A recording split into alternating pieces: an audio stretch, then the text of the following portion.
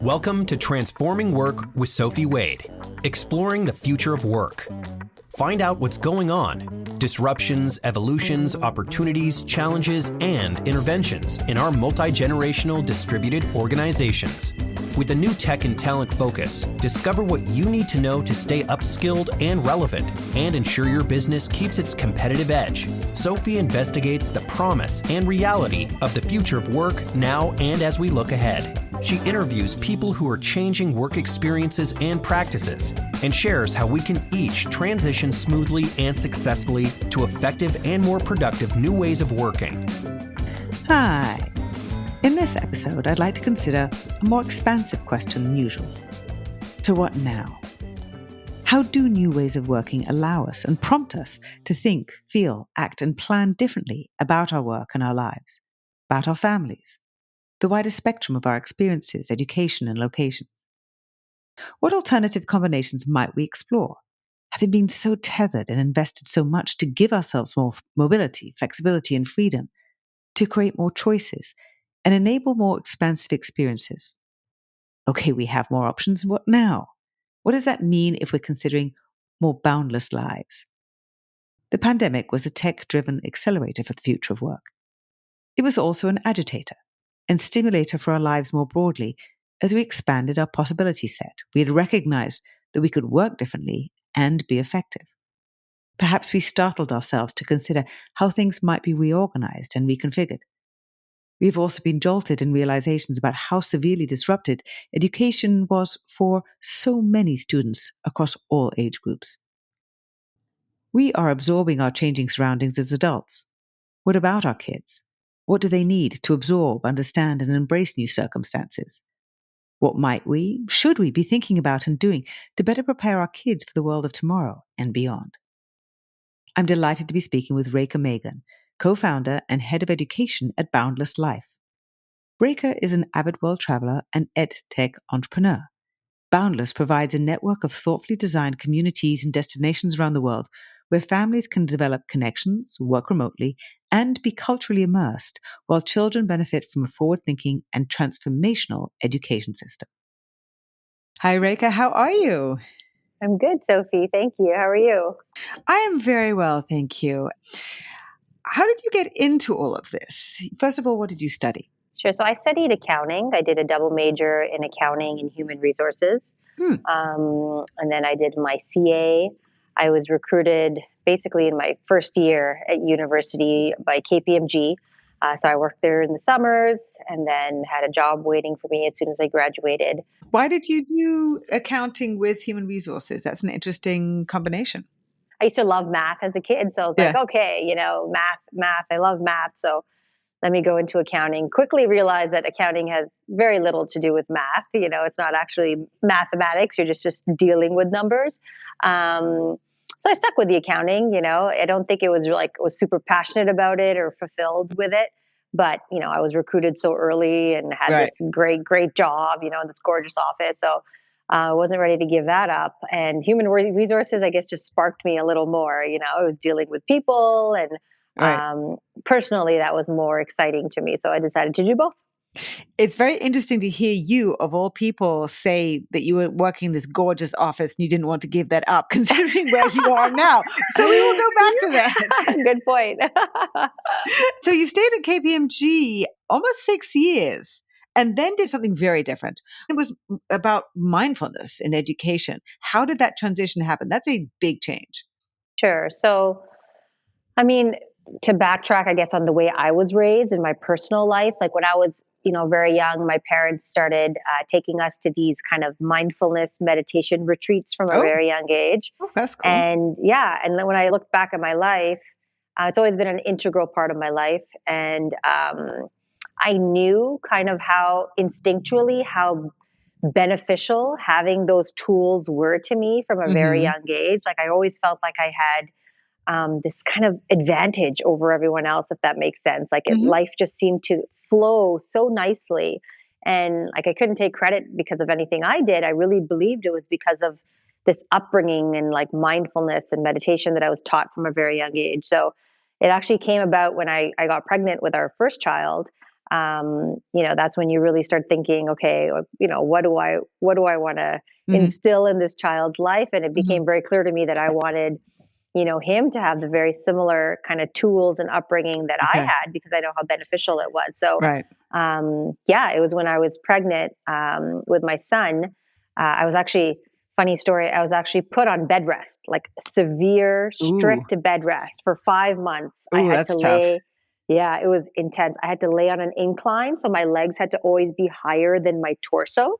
And I wasn't allowed to move from that position. So I wasn't even allowed to sit up to eat. I wasn't allowed to use the bathroom. Yeah, I literally had to lay in this inclined position for 5 months.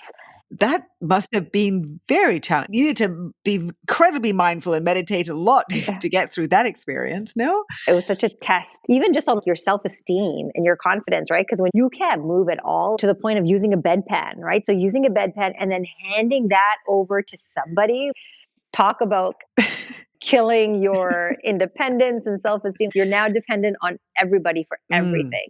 So personally, that was a whole journey for me. But it was when I was laying on this bed rest that, I was obviously on disability with KPMG. I wasn't allowed to go to the office or move.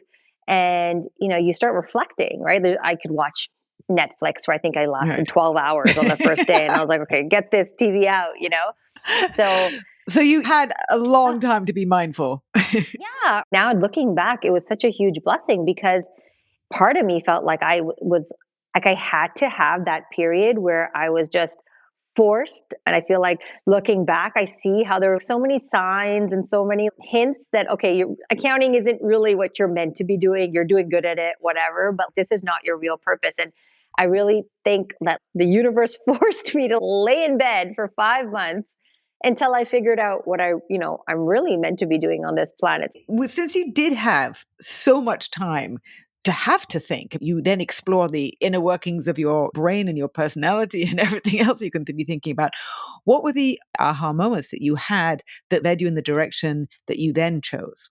So I think the first feeling was that I became very quickly aware that what I was doing in this accounting realm, and I was reflecting on it. Every night I'd go to bed coming home from the firm, and I felt like I did nothing with my day. I felt like, even though I was working hard, I didn't feel like I was doing anything of meaning or value, at least for me, And I kept going back to this, like the moments in my life where I did things that I'd go to bed feeling so fulfilled and so alive. I remember when I was in university, I was in Thailand, and it was when the tsunami hit. So I got very passionate about the people in Thailand and what they were going through. And I started this initiative called Two Knees for Tsunami. We're Canadian. So started raising, just went all out for 2 weeks and was trying to raise all the money I could for tsunami relief. And I kept going back to those 2 weeks, because like every night I would go to bed feeling alive, so fulfilled and full of purpose. I could have, if I died in my sleep, I would be so happy, because I felt like I was working on something meaningful. And I think when I was in bed, I realized that, all these years, I don't feel that when I'm coming back from my current job. So it really made me want to fine tune and go deeper and understand, well, what is it that gives me that feeling of being alive, And that's when I shifted to, sharing with the world what I've experienced myself has been so powerful and beneficial. You set up this Mindful Scholar company, and it was taking the mindfulness practices that people use to great effect in office environments and in working environments, and then bringing that into the school environment. Why launch a company? How is that the next step for you? You're a new mother. It's not necessarily the easiest moment to be starting a new company, whatever it's going to be doing. Yeah, I mean, this was 12 years ago now, right? So at this point, mindfulness wasn't a thing. It wasn't, all the firms weren't learning this. Calm didn't exist. None of these companies, Headspace, were doing anything specifically for kids. And you start thinking, okay, what type of education do you want for your kids? And what's most important for them to learn? And I've always kind of had this mentality that if I know that something's good for my kids, like I knew that in my heart, I just knew it was this deep desire, like, yes, like this is what I need to teach my kids. And then the thought always comes to me, well, that's not fair. Why should it only be my kids, right? Right. If I know this is something that's so beneficial, all kids in the world should have tools to this. Like it almost became like a sense of duty. Okay. Okay, I need to help other kids, I need to make this mainstream so that everyone has, these tools that I know were so beneficial. And I don't Nice. want to just do my kids. I want all kids to have access to it. So that's kind of how the mindfulness journey started and then how it went into a business. You changed to working at the family make shop. I'm very interested in what you were then doing because of what it says about the balance of power dynamics between child and adult. Very interesting, particularly what you're talking about in terms of autonomous learners and children, the child being the actor, not the spectator in the education journey. Love that concept. How did that all evolve? Sure. So, I started the Mindful Scholar. Everything was going great. I won Canada's 9th Innovation Yes, EdTech Award. Met Awards, right? And it was going really, really well. And it was around the same time that my son, now 5 years later, was entering the school system, right? So he had just kind of started school.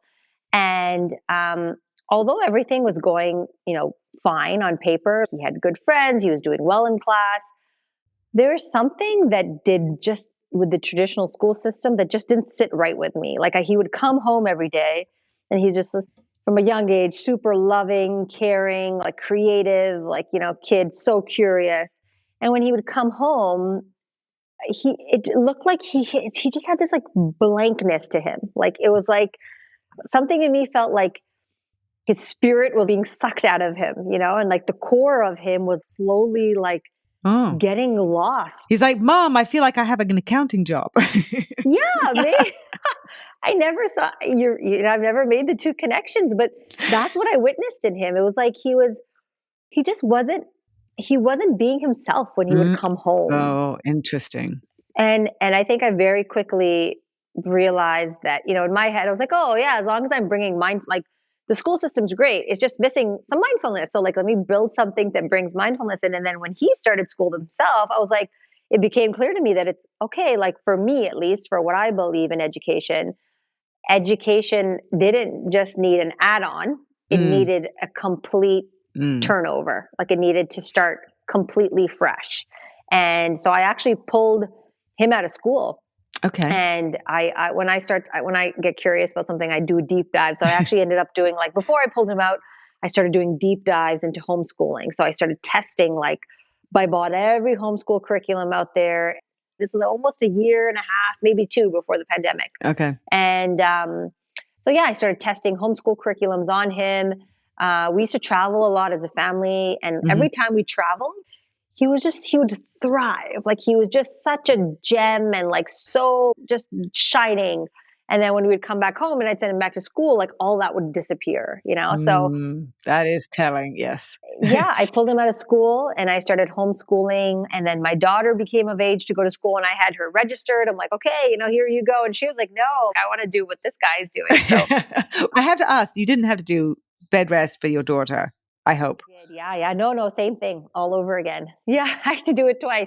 But at that point, I became very efficient because I knew what to expect. So I'm actually super productive on bed rest. Like that's when I developed, with my son is when I developed my company, The Mindful Scholar. And then with my daughter, I just further developed. So I started working with suppliers in China and started building products and like really just made the most of the situation. Well, we have to talk about another time, maybe not on this interview, in terms of all the products they're using that you can use when you're lying in bed, slightly inclined with your feet up above your head.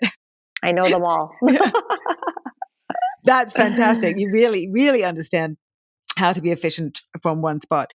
So your daughter says, I want to be doing what he's doing. You're then homeschooling both of them and setting up this business, which is basically homeschooling enterprise. Yeah, so La Cabane, I think is what you're referring to. So that was during that started during the pandemic. So at this point, I was already homeschooling my kids. We had a rhythm, everything was going right. And then a friend of mine, she's also an ed tech entrepreneur in Montreal. She started this homeschool kind of learning center that was based on MIT's creative pedagogy. And so she called me and she was like, "Hey, you're homeschooling. I'm starting this thing. Come join us." So I actually just joined them initially just to have my kids go there. And then I had an office and I was working on the Mindful Scholar as they were, for me, it was like, oh, I can finally work on the company again. And very quickly kind of got roped in there and started leading their challenges and their design thinking curriculum, and started helping them build that. So that's where that kind of started, building this kind of ecosystem of programming for other like-minded families and homeschoolers. We weren't there too long, to be honest.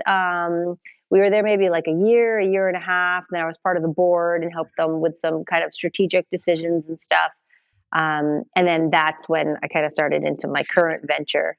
Before we leap into that, what resonated with me very much is about this idea of autonomous learners. And the quote there's listed on LinkedIn, on your profile, that education is not a preparation for life, but life itself, from John Dewey, which is very interesting to me to read that now as we're in this lifelong learning education, which is not necessarily preparing people for the workplace, but what we are needing to do is be preparing kids for lifelong learning.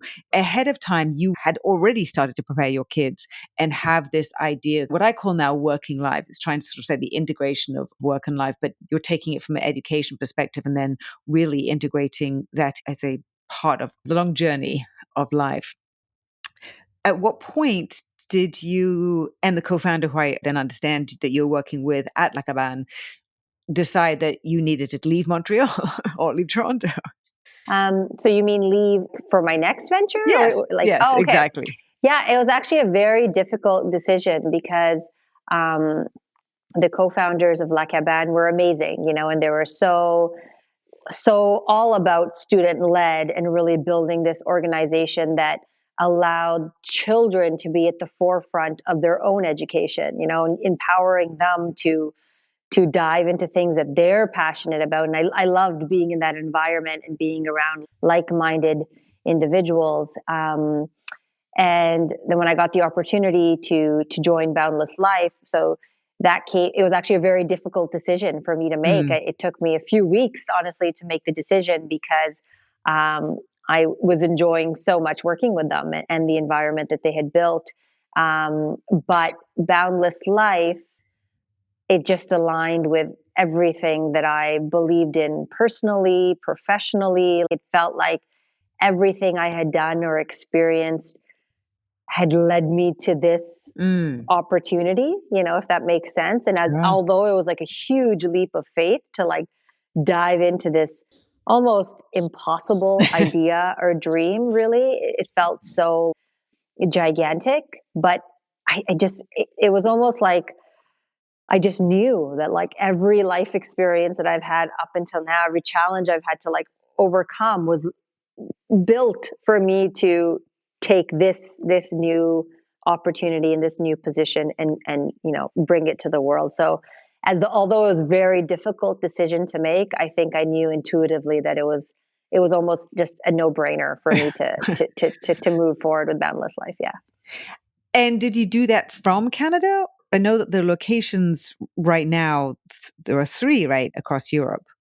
Our first location was Portugal, so that's up and running. Then we opened in Greece. Greece. We're on a small island called Syros, hidden gem, really. And then we opened in January in Tuscany, so we're in a small town called Pistoia. And then this summer we opened in Bali. So those are our current 4 locations. Yeah. What was the genesis of the idea for Boundless Life? What was the key driver for you? Sure. So, I mean, my co-founder, who's now the CEO of the company, his name's Mauro. So Mauro actually came up with the idea himself.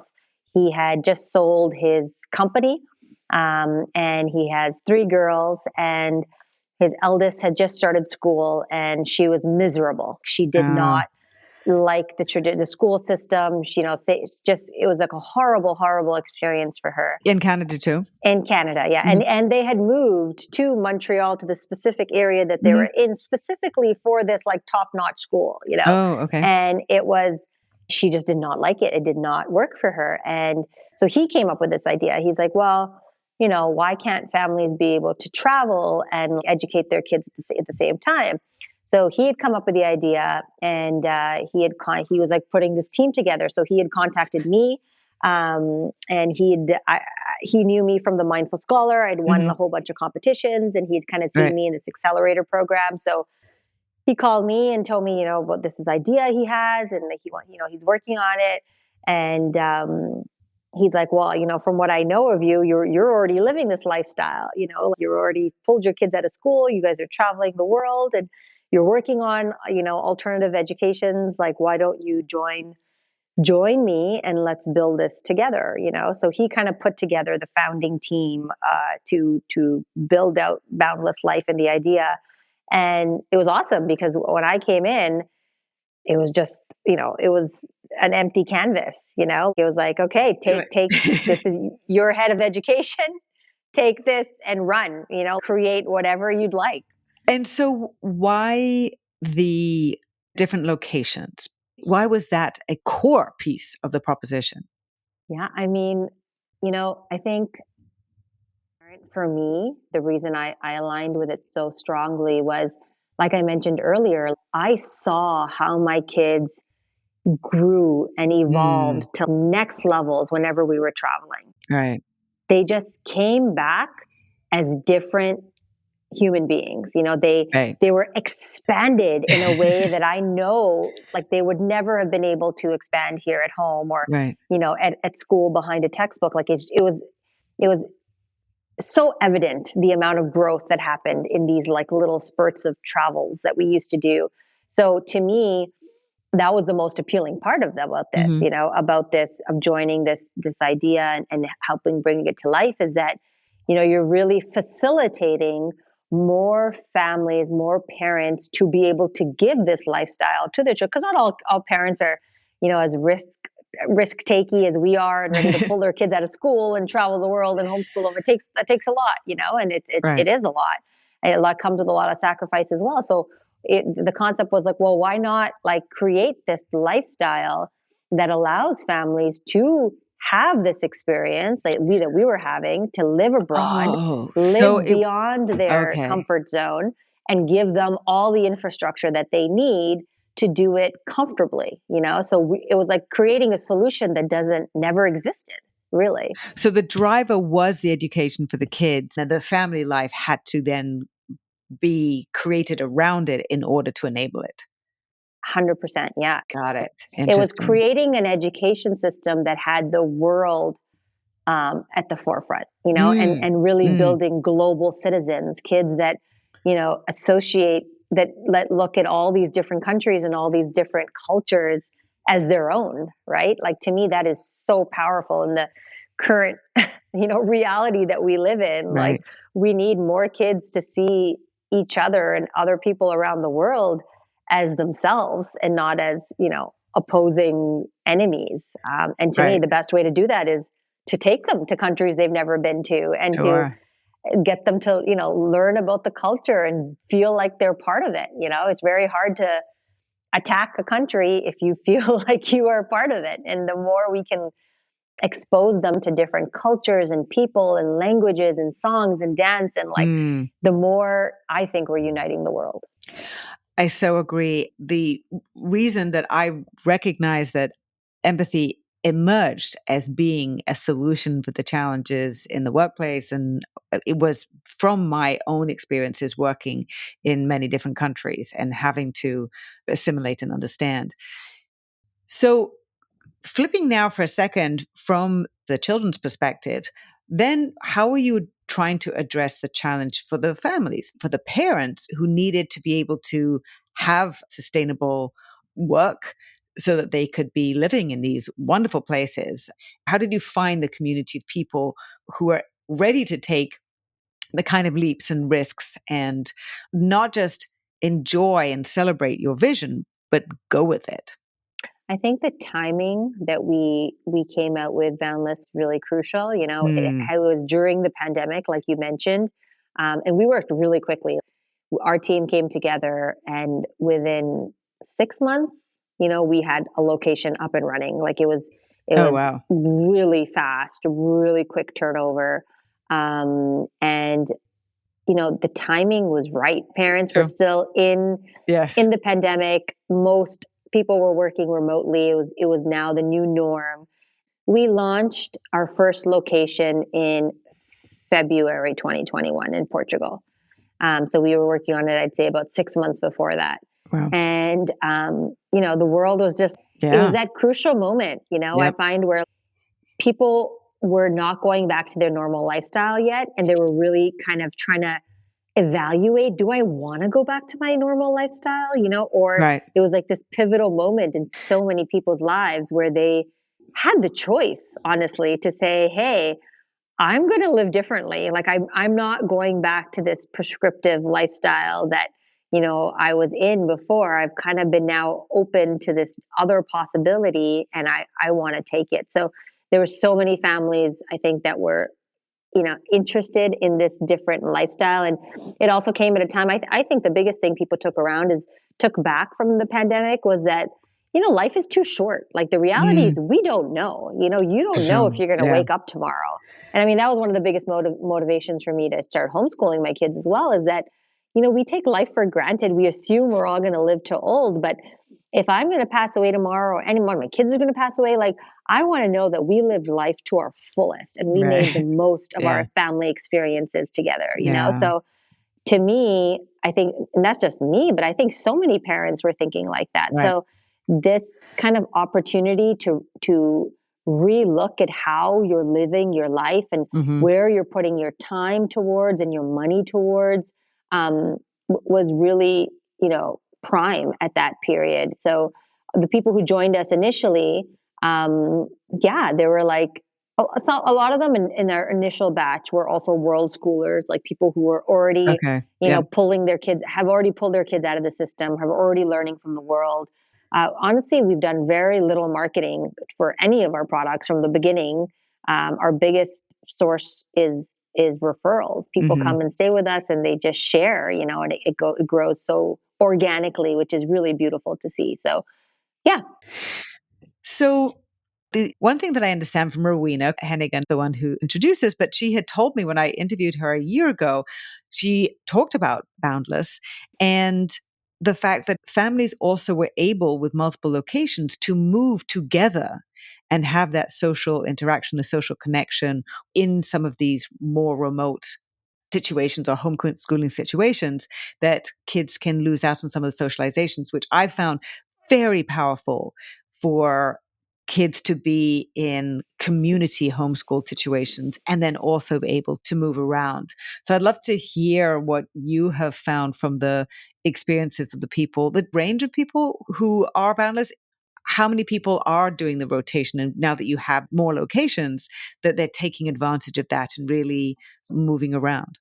Yeah, I think you nailed it. I think we always knew education would be one of our biggest value propositions. But what we didn't realize was how powerful the community aspect would be. We knew there would be community, but I think until we launched and we experienced it ourselves with our own families and our own kids, community is so magical, right? To be able to that organically happens. And when you look back, you realize, like, when you're living in the city that you live in, typically, you have your established friends or your mom down the street or your brother arm's length away.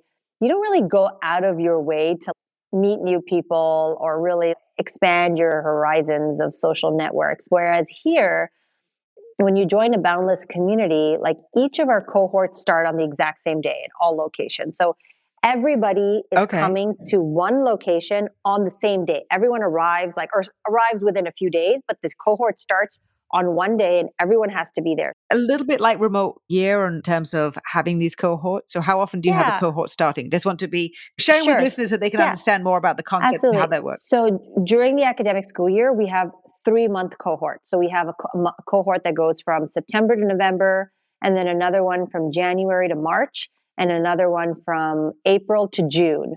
And then we offer 2 summer cohorts, like just a 1-month summer program that's more kind of like a summer camp. So in all of these scenarios, whether it's 3 months or 1 month, all of the families are arriving on the same date, okay? And they start together. And it's so powerful to see because all of these families are now coming to this new location where they know nobody, okay? Okay. They don't have their cousins or best friends down the street or their high school friends. Like everybody's coming to this new country and nobody knows anyone, but it is so incredible to see how quickly deep relationships are made because now you just have this community of like 25 other families that are there, and your kids become fast friends, you become fast friends, and all of a sudden you have this like built out community just ready and waiting for you. And it's been so incredible to see how quickly people make these long lasting bonds, because I think it's very powerful when you're in another country and you're having these shared first new experiences with someone else. Like you quickly become very, I don't know, deeply like connected to these other people who are, taking a Greek dance lesson from an old man, in the top of the hill, or like having an authentic Portuguese cooking lesson with like, the grandma at the hub. Like it's such a wholesome and authentic new experience that it's incredible to see these like-minded people be able to forge quick relationships. How are both parents able to be taking time to be able to be there? Because obviously that family aspect is so important. Yeah, great question. I think we get a variety of different families coming to us. The majority, though, I would say, are usually entrepreneurs, people who are working for themselves, that have the freedom to basically make their own schedule and decide where and from where they want to work. We also have a big population of people in tech, who can now basically work fully remote from anywhere. I say that's the majority of the people that we are attracting. And then you do have we have people that are doing telemedicine, right? So doctors that are now able to service their clients or their patients from anywhere around the world. Same with like nurse practitioners. And so we do have these like off, but I think, a lot of parents are working and some are not. Like some are taking a sabbatical or just sold a company and are just, looking to travel the world with their family. So I would say that's, kind of the makeup of our early adopters. And as you see this evolving and becoming more established, that this becomes a more diverse community in terms of the families and non-families as well. What do you see as being the natural evolution of this because of how much work is transforming and the work options that are allowing and the schooling options, obviously, that you're taking care of that piece of it. But as all these other elements are changing and the combinations that you are anticipating in the future? Yeah. I mean, as of now, we offer 3 months, 6 months, 9 months, 1 year packages. And people book based on what they want to do. It kind of varies. Some come and go. Some, book an entire year and then just hop around from our different locations. One thing we are trialing, actually, we just announced a few weeks ago, we've had a huge demand because up to now we service kids between the ages of 1 and 12. Okay. And we've always had a big demand for older kids as well. So for 2024, we're launching kind of like a middle school age program. We're calling it the Trailblazer program. And what we're doing is we're going to accept 18 kids. And these 18 kids and their families will commit to 9 months with Boundless, so like a full academic year. Okay. And that same group of families will be followed by one educator and we'll rotate to 3 of our different locations. So they'll fantastic. together, they'll start off in Bali and then, they'll move in January to Greece and then end the last 3 months in Montenegro. So we're trialing this kind of new concept. Montenegro, nice. Montenegro will hopefully be one of our next locations launching in 2024. So that it'll be like a traveling school, basically. Same group of kids, same educator, but going across different locations. And I think I'm really curious to see how that rolls out. This will be something new we're trialing, but I think it's going to be extremely powerful because as kids get older, they need a little bit of that consistency, like to be able to be with one educator for like 9 months who can really get to know them and really show like data and outcomes on, what they've achieved, even though they do achieve a lot in just 3 months. Imagine what we could show if we had them for 9 months straight, So that's something we are trialing and really excited to see what it looks like. For the families who have done the 3-month or 6-month or longer program, what are some of their takeaways as they go back and try and reintegrate into their quote normal lives, however much they are at the office or not, or whatever their configuration is in terms of school and work arrangements? What's the feedback that you're getting? Yeah, what I've heard from a lot of parents in terms of their kids, first off, is that their kids come back with tremendous social skills. Like all of a sudden they have a lot more confidence, able to talk in a group of people, able to interact with different people of different ages. Because we have mixed age groups in our education center, so you're not just restricted to a classroom that only has kids that were born in the same year you were born in. Okay. You have kids that are older, you have kids that are younger, and that really develops like communication skills in kids. And it makes the older ones step up in more of a leadership role, and it has the younger ones have these mentors in their area. So I think there's been a lot of growth when it comes to these social skills, and also communication skills, and being able to have the autonomy and responsibility to tackle real world problems. I think that's another thing is we don't often give kids a lot of opportunity to have a voice or take action or do anything. And our cohorts, the project-based units, are always based on a UN Sustainable Development Goals, what we call our quest. So the kids are, they're learning their math and their English and their science, but then they quickly apply it to a real world issue. Okay. And I think that's so powerful because it's showing kids that your learning can be applied to what's actually happening in the world. Right. And you can have an impact. You can make a difference even if you're 4 or 7 or 10 or 12, So I think a lot of parents see those kind of changes in their kids, which are powerful.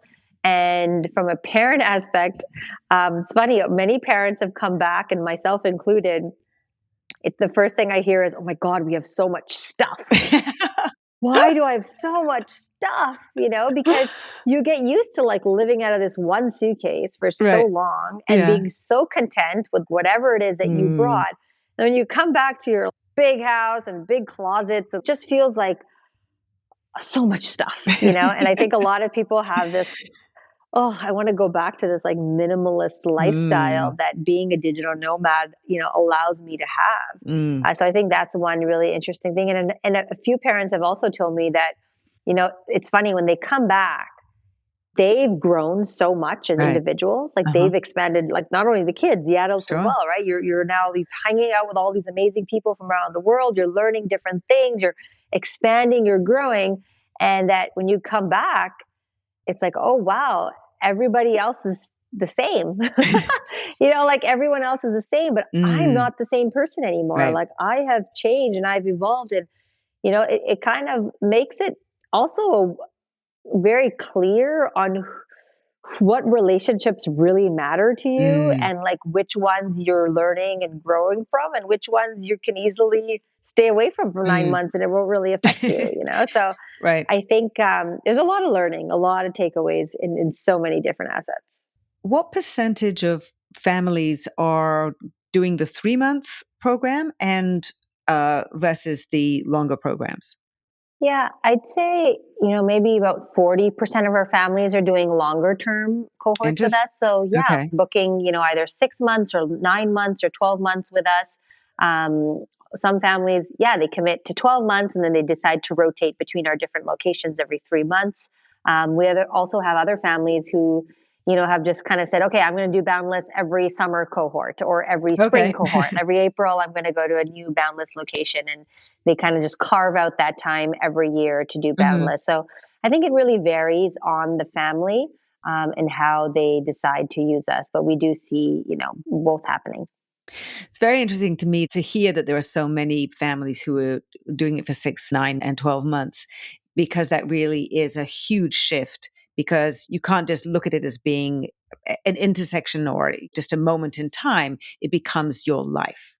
Yeah. Do you find that those people have particularly different experiences versus the ones who are doing shorter programs? Yeah, I think those people who are committed longer have kind of embraced this as a new lifestyle, so Mm, they're not just looking for an extended vacation if you want. right. Sometimes I feel like 3 months or 1 month, they're just looking to go on a really nice long vacation, Right. but education is not at the core, community is not at Mhm. the core. But the people that are with us long term, this is their new lifestyle. This is Mm, how they want to live. Like these are the people that have rented out their homes and rented out their cars and, have no plan to go back home for another year. So they're implementing this brand new lifestyle. It's like a paradigm shift. yeah. And Right. they care for amazing education. They want their kids, like, this is the solution that, like, education typically roots a family, right? Like when you have kids, where you send your kids to school is where you're going to Mm, live for the next, whatever, right. 18 years of your life. So Yeah. this is a very bold statement to kind of Sure. dedicate yourself to a year, let's say a Boundless, is because you're basically saying this Boundless is my kids' education and this is my new lifestyle. So I think it's really, those people are committed to a different way of living. I'm curious in the future as to whether you then have places where people can be permanently located or continue for several years for their kids and for themselves. Because if they've taken this big leap, then it can really go to the next level and be part of their continuing experience. Yeah, it all depends on visas, honestly. Oh, yes. But what we learned is Right. that, we can't, this is why we're opening more locations outside the Schengen area so that families, because after 3 months, most Oh, families have to exit the got EU. it. So, but I mean, if a family is really in love, like I personally loved Portugal. I Yeah. get so excited every time we go back. I tell my husband all the time, I'm like, if we were to settle anywhere, I would settle in Portugal. So I think Right. it's also some families also use this as a landing pad, like, Mm. I always thought about moving to Portugal or to Greece or to Italy. Right. Let me go try this out and see if this is Yeah. where I want to permanently stay. Mm. And then if they Nice. do, then they can apply, like, beyond the visa and really apply for residency or whatever it is that they need to stay in that country longer. And then a lot of these digital nomad and type visas are changing. So I think that will give you more flexibility. That's fantastic. So exciting, the experience that you're allowing families to have trying something out and whatever that may lead them at Boundless or not. Yeah, what we're hearing is, like I was mentioning, we have this huge demand for a program of older kids, right? Right. Okay. So, yeah. And what we see, to me, what that indicates is that people want to see, is this, how can this be a long-term solution for my family, right? Right. It's hard to see the long-term solution when our current education only goes to age 12. Right. But as we build age 13, 14 in a high school, then I think it gives families this reassurance and this, like, forward vision that, hey, this is a lifestyle I can actually live, like, long term with my family, because this organization is building it all the way out to what we need. I mean, we've only been around, and I apologize. I said we launched in February 2021. We launched February 2022. So this coming February will be 2 years only since we launched. And I mean, although we're still so young, I think we've come so far and grown so quickly. And it just shows, I think, how there's this demand and almost desire in the world for families to live this type of lifestyle. And Mm, in less than 2 years, we have over 800 kids that have, like, signed up into our education center. I think over mm. 600 families. Wow. That's a That's a lot. huge, yeah, Yes. a huge number. And again, with no marketing, just it's as if there's this deeper desire in the world to live differently. So I predict this is going to just keep evolving and keep For sure. skyrocketing exponentially. Yeah. I agree. And that's a huge number. What particular countries make up that?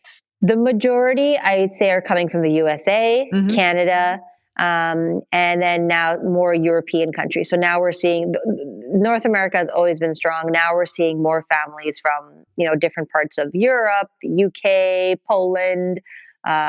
We have families from Italy, from Greece. Like, Hmm. it's beautiful to see other European families joining us on this journey. What haven't I asked you that I should have done? Good question. I guess if anyone's interested and wants to know more about Boundless, you could definitely visit our website, www.boundless.life. And you'll get more information on the locations we're in, the packages that we offer.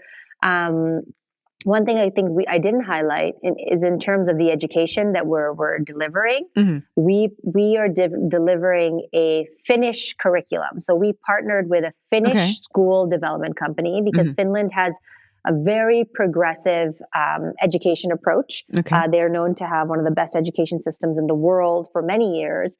And, they have kind of the data to back it up. So we initially partnered with a Finnish school development company and are using a curriculum called the Nordic Baccalaureate.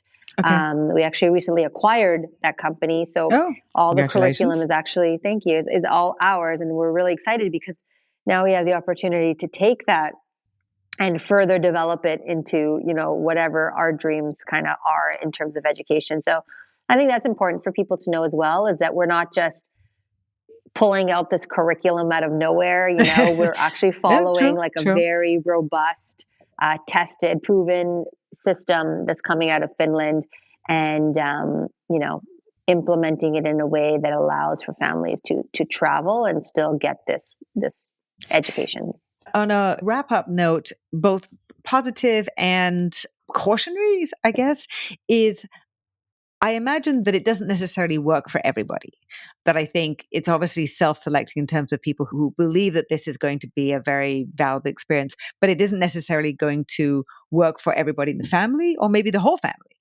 In terms of listeners who are thinking, hey, that could be a really interesting experience for my family. Are there families that are predisposed to really enjoy this experience? On the other side, in terms of where you find there has been less satisfaction with the experience for whatever reason? Yeah, I think I was mentioning initially our early adopters were world schoolers, right? So they had already kind of stepped away from the traditional system, were already in search of a different education model, wanted something different for their kids. So that was, and interesting now because we're becoming so mainstream and getting so many parents coming from the traditional system who are all very intrigued with an alternative education system and want something different for their kids. I think what we do experience is that some parents come and although they want something independent and alternative in terms of education, they're still very much fear-based and still very driven or have been indoctrinated that education needs to look the way we were educated as kids, and when they see it being executed differently in a more hands-on experiential way, there's this, resistance. Oh, is my kid really learning? They're having too much fun. How can they actually be learning?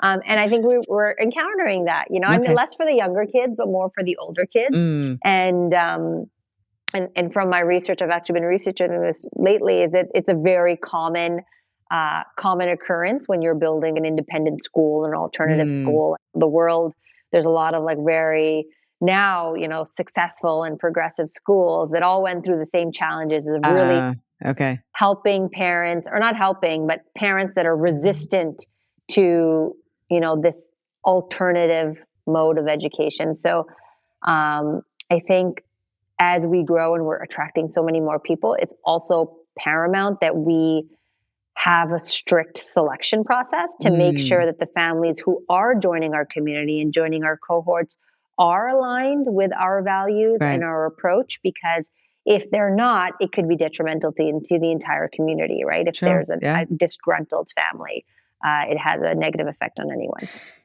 Rekha, I really appreciate your sharing a fantastic experience that not just families can have together, but those kids can have, which can really help them understand and experience the world as they're growing and learning, and obviously see it in very different ways that we do as adults.